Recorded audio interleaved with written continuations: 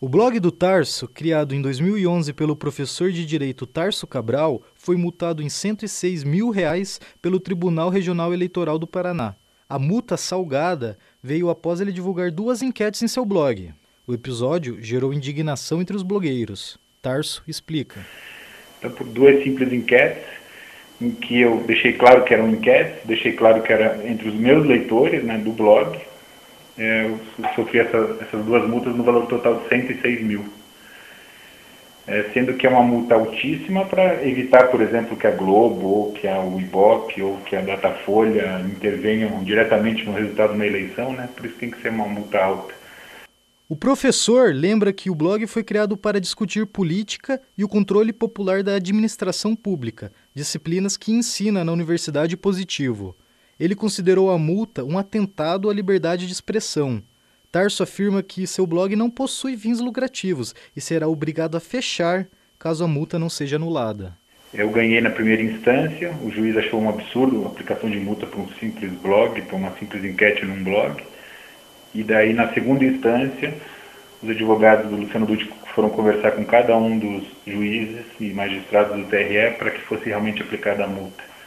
E daí eles votaram por unanimidade para aplicar a multa, na segunda instância.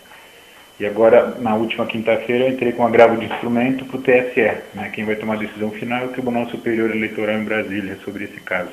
O assessor de comunicação do TRE, Marden Machado, explica que foi aplicada a lei e que as multas foram em seu valor mínimo, R$ 53 mil. Punição que poderia ter atingido até R$ 212 mil. É o valor que consta da legislação. É um valor alto? Mas é o que está na lei. O menor valor é esse mesmo, R$ 53 mil.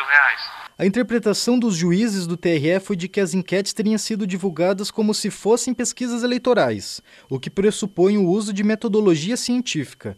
Para isso, o blog teria que ter seguido a legislação. Tem que ser dito do quando do registro, quantas pessoas vão ser entrevistadas, a densidade demográfica, homens e mulheres, faixas etárias que serão entrevistadas, regiões da cidade onde a pesquisa vai ser feita, quanto vai custar essa pesquisa, quem está pagando essa pesquisa, a margem de erro dessa pesquisa. Todos esses dados precisam constar do registro.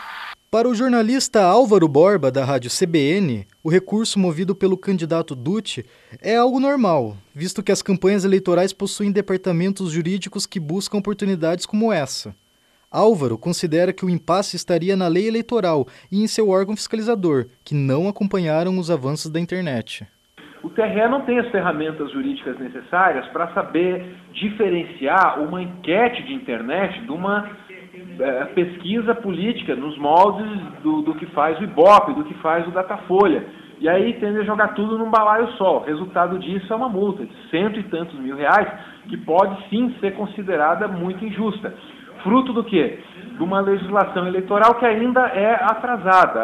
A tendência natural é culpar a coligação do prefeito. Só que o pessoal está fazendo o trabalho deles. Blogueiro desde 2009, o jornalista Ismael Moraes, que já teve seu blog retirado do ar, fala da importância dessa nova fonte de informação. Para Ismael, a multa chega a ser um fato cômico, quando comparada às sanções impostas aos próprios candidatos. Para você ter uma ideia, a presidenta Dilma, o José Serra, que concorreu com ela em 2010, e o presidente Lula, que estava ainda presidente na época, todos juntos pagaram 180 mil reais de multa por algum deslize que cometeram durante a campanha. Agora, você acha justo um blogueiro que não tem fins lucrativos pagar 100 e tantos mil de multa?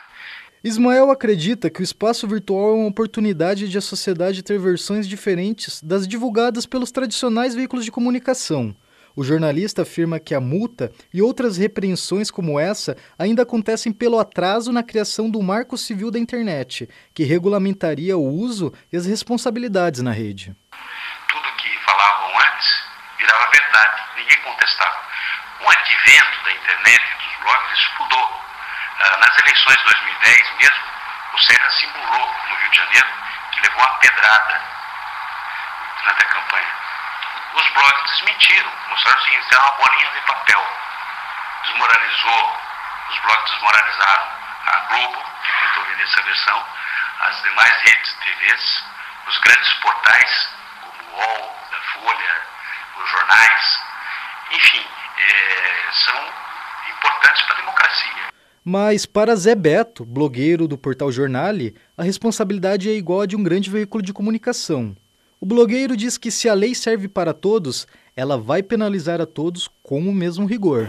Então, a multa foi aplicada porque existe uma lei, né, que proíbe, né, qualquer veículo de comunicação de publicar pesquisas, levantamentos eleitorais, né, que não estejam registrados e liberados pelo próprio TRE. Então aí eu acho que a partir dessa premissa, que é o básico, as pessoas que lidam com comunicação, elas precisam saber a lei e saber que, né, se infringir aquilo vai ter um problema. Na Assembleia, o caso virou uma defesa partidária. O líder do governo, Adhemar Traiano, criticou o blog e apoiou a multa, enquanto a oposição chamou atenção para a censura. O deputado Tadeu Venere, do PT, repudiou a punição ao blogueiro. Ainda que nós não concordemos, nós não podemos calar quando buscam fazer com que a imprensa seja punida de forma geral, porque ao se punir uma pessoa, não é apenas ela que está sendo punida. É todo um processo de intimidação que ocorre e me parece absolutamente equivocado que nós procuremos fazer com que a nossa verdade prevaleça, impedindo que a verdade dos outros venha a ser expressa. Sem grandes esperanças, o blog do Tarso montou uma campanha contra a censura a blogs e já tenta arrecadar dinheiro para pagar a multa. Se ganhar o agravo no TSE, o blogueiro promete utilizar o valor arrecadado para criar uma associação de defesa jurídica dos internautas e blogueiros, para causas como essa. Tarso apenas lamenta o rigor ser maior para o cidadão do que para o político. Eu acho que a legislação ela tem que ser rígida com quem seja candidato, com quem seja político, e com os partidos que desrespeitem a legislação, né, para ferir alguma questão democrática. Teria que ser a legislação mais sensata com relação à população. A gente sente tanta falta que a população participe mais do jogo democrático, né? E quando alguém quer participar, daí sofre uma represália como essa. Só para desanimar mesmo que as pessoas participem dessas discussões políticas.